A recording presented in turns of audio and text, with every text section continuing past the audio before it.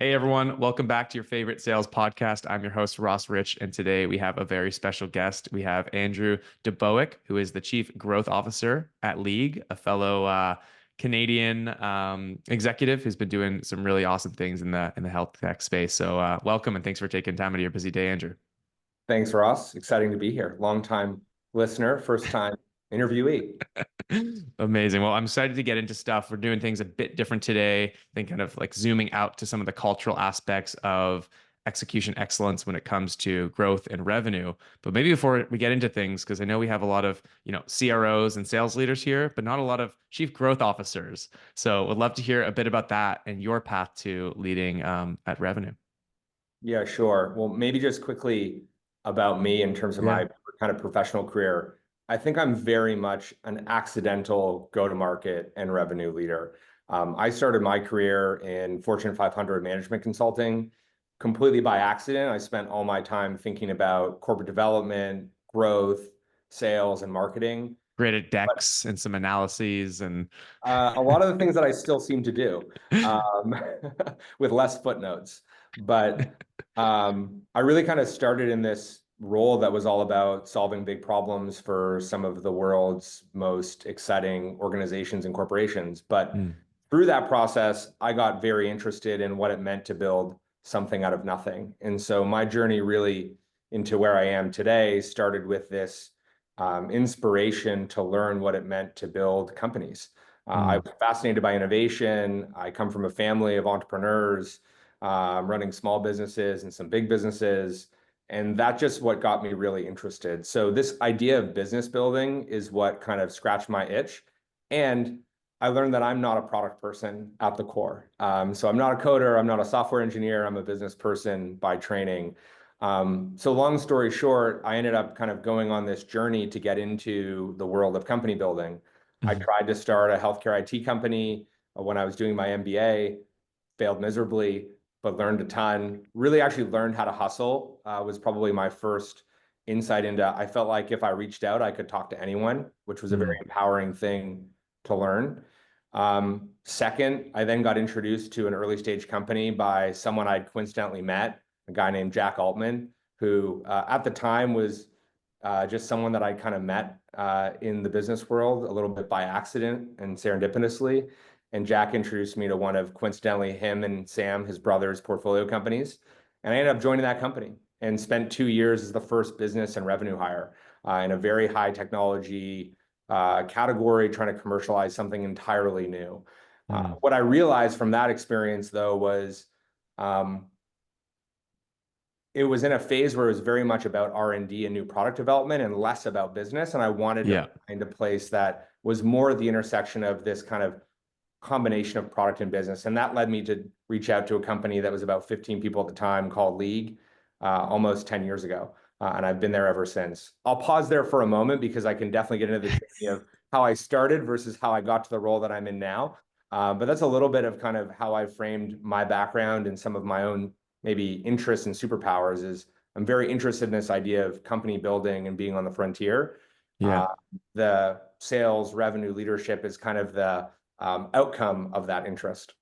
Well, you bring up an interesting point. We were talking about this the other day, which is the importance of both product and market. And you're mentioning, the company was at this R&D phase, and sometimes it's not just the product, but the market not ready. And I think a lot of times you can actually have like a pretty mediocre product that is at a great time in the market to be successful and to have the lever of the business side being really important. But there's some times where it's just not there yet. Either the folks in the space aren't ready for it, or there's shifting in competitors or other features out there where it's not really about the product that you're building. The market needs to catch up. So that's really interesting observation. And then By the way, yeah. when I kind of went on this journey of trying to start a healthcare IT company back in 2012, 2013, it was all around this idea of virtual care, which there's been lots of really interesting and big companies built around that idea. But at the time, it was really nascent.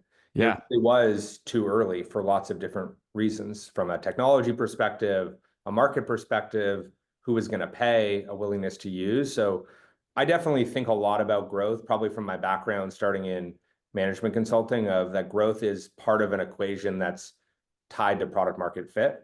Yeah. And that to keep growing, you have to keep refining that product market fit component. You have to think about new product acceleration. You have to think about new markets. And then you've obviously got to think about how you can kind of build systems around the core foundation that you're growing in to try to build more repeatability to go chase that next frontier. Totally. And I always had this limiting belief that market is something that happened to you and you controlled product. And I think that's an interesting perspective when you're saying like we can actively reposition ourselves, add features or kind of change the way that we're seeing the market to go after different segments and not just geos, but honestly, just different markets entirely by how we position ourselves and who we partner with in the ecosystem, right? Well, and I build on that comment to say that's actually kind of how I got into the role that I have at League today as Chief Growth Officer, where I help lead our go-to-market, revenue, sales, and partnership teams. And I had kind of started in this role when I joined about, again, 9 years ago, that I just called team player. I was kind of like the five-tool player, the Swiss Army knife. I spent a lot of time on market development. So thinking about how do we enter new markets? How do we enter new geographies? And that eventually kind of led to about 4 years ago, League actually was a very different company. We had a digital solution to manage health benefits that we sold to HR managers at mid-market companies. Mm. What we had an insight around, though, was that the digital experience we had built was something that much larger healthcare companies were interested to use as building blocks or infrastructure to accelerate their own digital customer experience transformation. And so I started working on with a very, very small team exploring, could we actually reposition League from being a product company for HR leaders to an infrastructure software company for business leaders and chief digital officers and chief technology officers in some of the world's largest healthcare companies.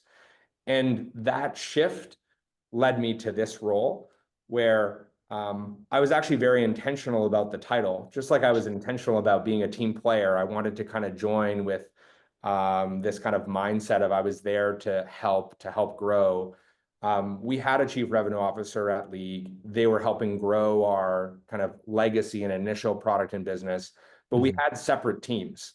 And one of the things that I was observing at League at the time is we had kind of some challenges internally around getting people on the same page. And I'm a big believer that growth is also a team sport. And so I was really intentional about trying to have a different name for the team that we were going to bring together. So all of my internal messaging when I started in this role was this idea of one growth team. And what was interesting is our salespeople adopted that term growth, our product marketing team, our partnership team, our customer success team, people really leaned into that theme. And so I've kept the title ever since, and we still call our go-to-market team our growth team here at League, which to me, again, I think is kind of a unifying way of working together and really reflects one of our core values that growth is a team sport. And the way that we show up to our customers and our prospective partners is one where it's a unified team. That's awesome. No, I mean, I think you hit on one of the most like addicting things of startups and innovative companies, which is this idea that things can change dramatically based on what you learn in the field, based on your customers, right? Like this wasn't, hey, we stuck to exactly what we thought was the right thing to begin with. It was like, hey, we went into the market, we had an initial idea, we tried our very best at it, and we actually had an insight that you probably couldn't get unless you were in the trenches, talking to customers, trying to do this first thing and finding out, oh shit, from what we built, we can actually provide even more value to this ecosystem by this infrastructure play instead of this product play. Actually, our core competency could be this instead of that. And the openness and willing to looking at it that way, I think is like the really fun stuff that you can't do in any other type of business other than, startups. I'd be curious your perspective on what I'm going to say. I think one of the hardest things to do in early stage company building is to actually place bets that are outside of seemingly your core. My sense, though, that's where lots of companies get stuck and die, is they actually don't create the space to experiment, to learn, or to get another insight from the market. I mean, our insight was entirely devoid of our core customer. We were talking to HR leaders. We had just done a major investment with Workday. We brought on, who is still one of our current board members, the former chief strategy officer at Workday. So we were like living and breathing HR technology, health and benefits, and selling again to HR teams. To then shift to the chief technology officer of large health insurance and health system companies implied that we were spending time exploring something different. And I give a lot of kudos to our leadership group here at League. We've always kind of placed a few bets on the frontier that could surprise us to the upside while limiting the distraction.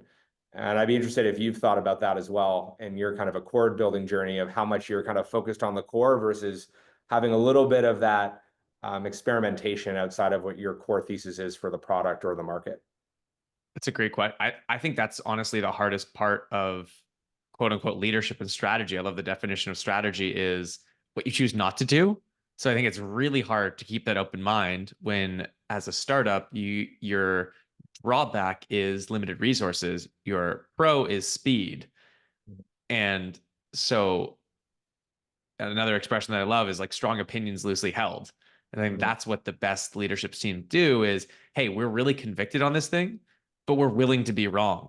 And how do you make sure that you have enough wood behind it, few enough arrows to actually go out and do something while being open to the feedback you're getting from the market and other ideas that from being in it, you intuitively have insight into, right? Like it's no surprise that if you didn't have all of the other conversations with your current customers, you wouldn't have been able to have those, other, like legacy, being infrastructure for some of those bigger companies, you wouldn't be able to have those conversations in the way that you did and gain their trust and make that decision, right? So I think it all kind of does build on each other and builds on your intuition, just again, from being in the market, in a way that like great horizontal thinkers, I think leads to those kind of strategic decisions. And maybe one of the hardest things that I skipped over in my own kind of professional journey was actually transitioning from, and don't hold this against me, from being a consultant and an MBA. Because I think what you learn in both of those environments is often the purity of strategy. To your point, like, got to get really crisp on where you're going to play, how you're going to win, and what you're not going to do. Yeah. And that kind of purist approach, I actually think doesn't apply very well when you're super early. And you know this as well, but for the audience, I'm also an investor through a venture capital fund that I help lead called Union. We're an investor in almost 50 early stage companies from all different shapes and sizes, all different product types, all different sectors. And I think the most successful entrepreneurs we've had a chance to partner with do have that kind of strongly held conviction, but also they don't hold it in a pure way. They're willing to be wrong. They're willing to be flexible.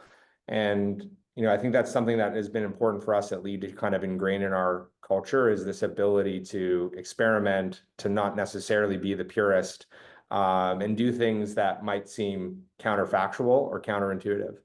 But what I would say, which has been interesting in a bunch of the successful companies I've gotten to know, I think while those pivots or those changes might look like surprises, when you actually zoom out and go, what was the bigger vision that the team had?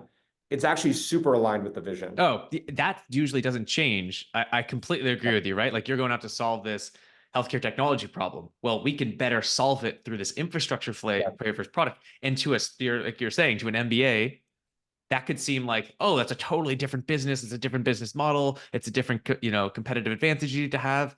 But I think when you understand, the kind of the core beliefs behind like that stuff usually doesn't change whatsoever. And the truth, and to your point, it is a totally different motion. It is a totally different business. And that to me has been part of my journey here at League and learning is we placed a bet, we learned something new, but then we have the conviction to actually shift our entire go-to-market and our entire company. So if you think about before I came into the role that I'm in now, selling to an HR buyer, we were hiring a lot of people that had sold HR technology.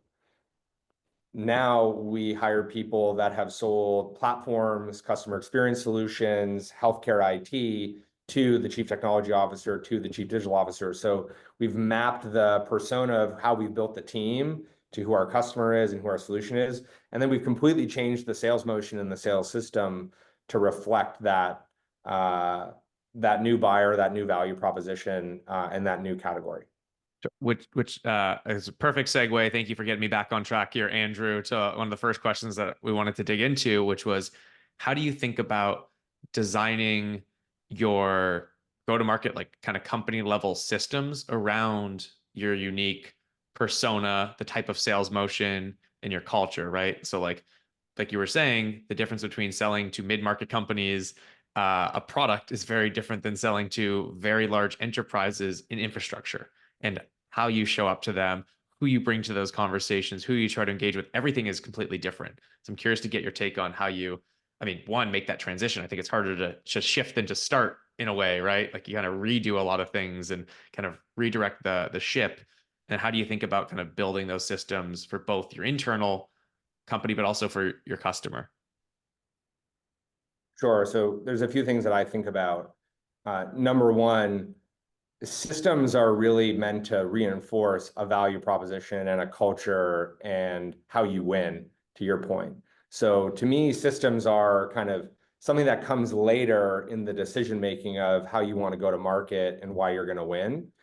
And so when we think about where we should invest in terms of sales process, system design, technology, we really start from what makes us unique. So some examples of that are we really have a very consultative sales process that's very team oriented. So the nexus of our selling unit isn't necessarily just the account executive. It's actually lots of different functions around that person, from solution engineering to product to technology to professional services. And so we have to think more intentionally about how do we actually bring that team together and also educate people who work in functions that aren't necessarily sales functions within League about how to act in a sales process. So for us, that comes into things like deal desk and product scoping and some of our own internal processes that are tied to the deal. Second, that's tied to some of our values of transparency. So we are very, very heavy Slack users that are very, very heavy on sharing information in a very, very clear way so that all the stakeholders that are supporting your customer and your buying process can be on the same page. And then we're very intentional about preparation. So making sure that we can get the right team members on the same page of how we're going to win. So that's just one example of how we're thinking about, a pretty complex sale.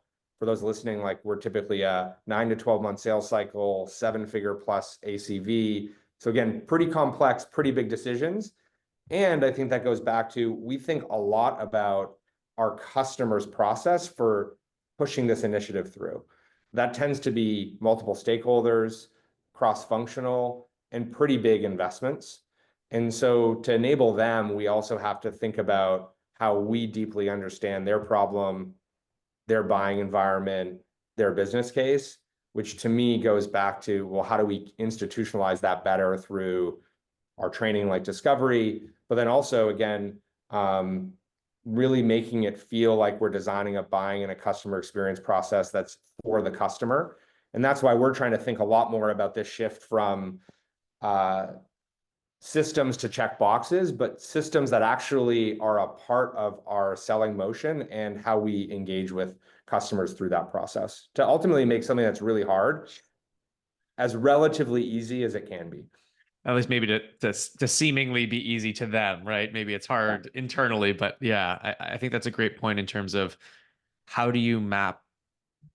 I think you need to be very prescriptive in sales in terms of how you engage with customers. It shouldn't be, what do you want? Let's do it for you. I think people want to be guided, but like you're saying, you need to map your processes to how companies work, right? So if you're selling to these large businesses, well, you need people at different levels to map to them, right? You can't say, hey, we're not going to have SEs. You can't say, hey, we're not going to have this because we decided. You need to be based on how your customer buys. But weirdly enough, you also need to be like equally prescriptive and teach them how to go through the and to motion, right? me, that really comes back to getting clear on what does great look like at every step of the customer journey. So when we show up in our first interaction with League, we want our prospective customer, the stakeholder we're talking to really feel like we care about understanding what they're trying to solve, and that we have a point of view of the complexity that they're working within, because we're working with customers like them all the time. Mm-hmm. It really has to come and feel more like consultative, very active listening, and focused on them. So what are some examples Fast of that, forward, I right? think Like, you so have to be, like really well, specifically, you're going into yeah. that first call or second, let's call it second call. Maybe you're joining leadership team. We want to wow them. Five of their executives are joining and they're deciding, are we going to invest in evaluating with league or not? What are a couple ways that you found that separate you from the rest and really show that you are going to understand their problems deeply and they're just not another conversation in the company you're just trying to sell? So one example, a few weeks ago, I helped lead a team present to the CEO and executive team of a multi-billion-dollar publicly listed healthcare company. Um, the way we really set ourselves apart was because of how much work and preparation discovery we did before that meeting. So we spent over a month just doing prep with our kind of key stakeholders to get ready for that meeting. So to do that, that is both that active listening, trying to frame the problem, but also we knew we weren't going to get super deep in a month to prep for a CEO meeting.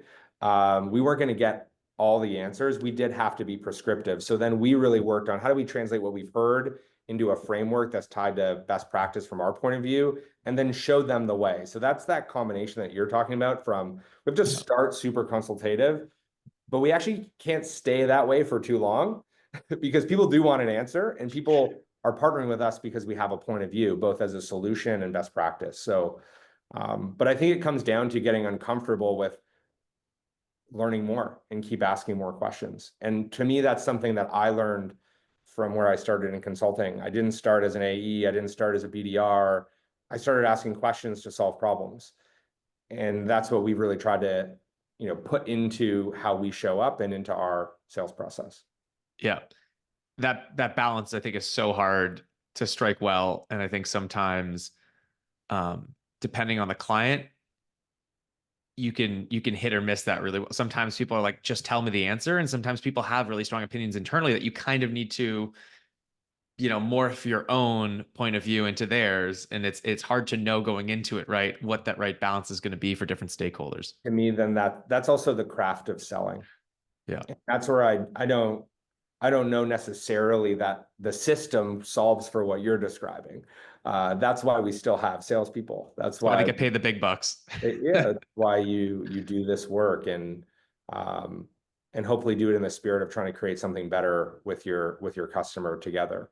And I do believe, particularly in large enterprise, that customers want to partner differently. And that's part of the value proposition. You're not just buying our software platform, you are buying us as a partner. And I would say that that's a big differentiator between League and, let's say, building solutions on a more horizontal platform. We are purpose built for healthcare. So we wake up every day and just think about the healthcare consumer experience and how to make that better and how to deliver care at scale through digital.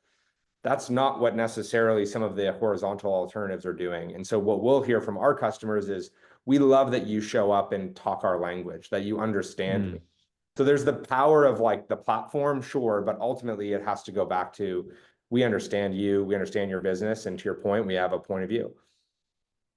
yeah. I think a lot it's hard to come super prescriptive when you can be wrong. I think that this is what took me a long time as a rep and then a leader coaching other people is it's okay to be wrong. People want opinions and to discuss it. And I think that's the difference between these folks that can make a lot of money selling multi-million dollar deals and leading enterprise teams and the people that never get there despite having great technology they're selling is they're afraid to have that opinion. They're afraid to be wrong. And I think executives on the other side, even if you're wrong, respect the thought process and you coming to a conversation like that to be open-minded, like you're saying, to say, hey, actually, that could make sense for another company, but we look at it this way and oh yeah, okay, now we can have this conversation. And I think it's a scary And thing for some then people. the other thing to weave in there is, which is a harder thing to figure out how to put into a sales system and sales process, but where are the points where you give customers choice?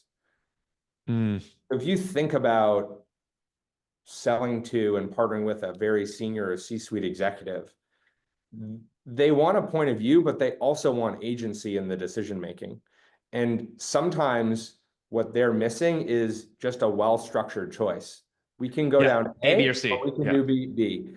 And honestly, that's kind of what the consulting industry is, going back to where I started. Yeah. It is focused on how do you help people make better decisions. And some of that is by giving them choices and giving them agency and control. And I think that helps build advocacy in your champion, Yeah. to push something through.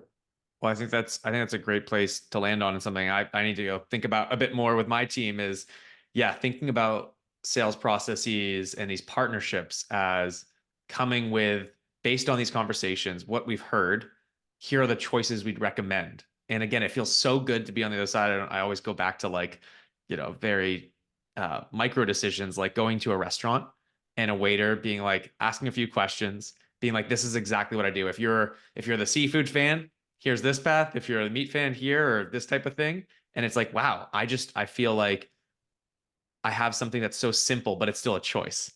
And that's a really good framing Well, of and like that's great like, enterprise it sellers. goes back to where we talked about in terms of, what does sales excellence look like? It is tied to this idea of product market fit, which is you also have to make it easy for customers to see how your solution maps to their problem.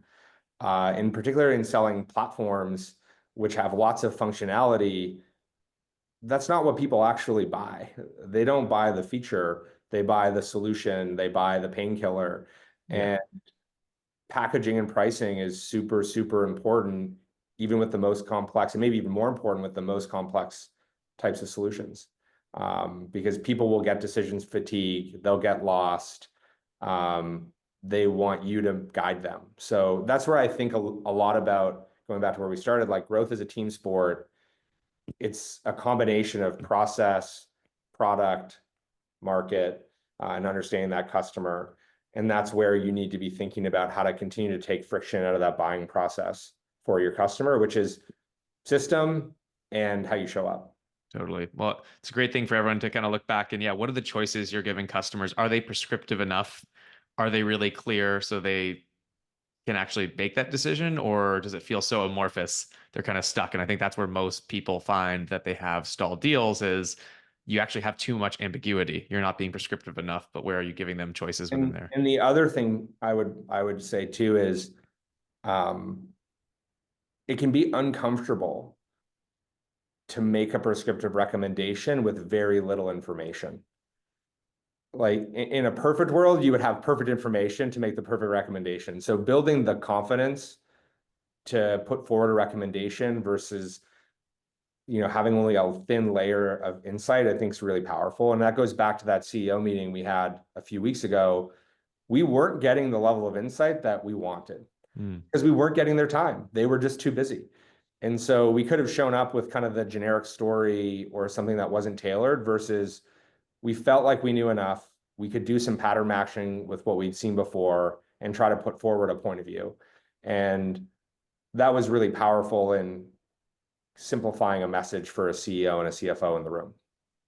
I love that. Yeah, there's other places, and yeah, you can't make excuses for not getting the time. There's always a way to figure it out, right? But There's always a there, way to figure it out. I yeah, think that's totally right. And you, again, getting comfortable without perfect information, um, to me is something to coach people through. totally, totally.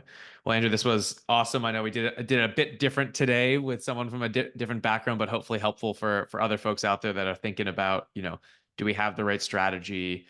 How are we approaching being prescriptive while giving customers agency and making sure that we're doing, awesome discovery to come up with our own kind of prescriptive perspective on deals. So appreciate you taking the time. This was awesome. Thanks so much, Ross. I appreciate it.